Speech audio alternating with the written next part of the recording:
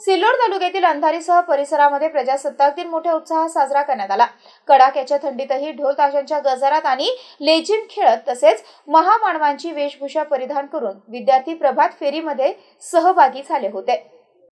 यावेळी गावात विविध ठिकाणी ध्वजारोहण करण्यात आले। त्यामध्ये प्रामुख्याने विविध कार्यकारी सोसायटीचे चेअरमन सुमनबाई जाधव यांच्या हस्ते ध्वजारोहण करण्यात आले, तर हिंदुस्थान उर्दू शाळा येथे काजी इकराउद्दीन यांच्या हस्ते ध्वजारोहण करण्यात आले। नॅशनल महाविद्यालय येथे मुख्याध्यापक हकीम पठाण यांच्या हस्ते ध्वजारोहण करण्यात आले। ध्वजारोहणानंतर विद्यार्थ्यांनी सांस्कृतिक कार्यक्रम सादर केले। तसेच जिल्हा परिषद प्रशाला येथे मुख्याध्यापक एकनाथ जाधव यांच्या हस्ते ध्वजारोहण करण्यात आले। शाळेमध्ये विद्यार्थ्यांनी देशभक्तीपर विविध सांस्कृतिक कार्यक्रम सादर केले। तसेच पुंडलिक नगर पाटील इंग्लिश स्कूल परिसरातील वस्ती शाळा येथे देखील ध्वजारोहण झाले। गावातील मुख्य ध्वजारोहणाचा कार्यक्रम ग्रामपंचायत कार्यालयासमोर घेण्यात आला। सर्वप्रथम सरपंच महानंदा तायडे, उपसरपंच राजेंद्र वानखेडे आणि इतर मान्यवरांच्या हस्ते महात्मा गांधींच्या प्रतिमेचं पूजन करण्यात आले, तर गावाच्या प्रथम नागरिक महानंदा तायडे यांच्या हस्ते ध्वजारोहण करण्यात आले। ध्वजारोहणास उपसरपंच राजेंद्र वानखेडे, माजी पंचायत समिती सभापती ज्ञानेश्वर पाटील तायडे, ग्रामपंचायत विकास अधिकारी, सर्व ग्रामपंचायत सदस्य,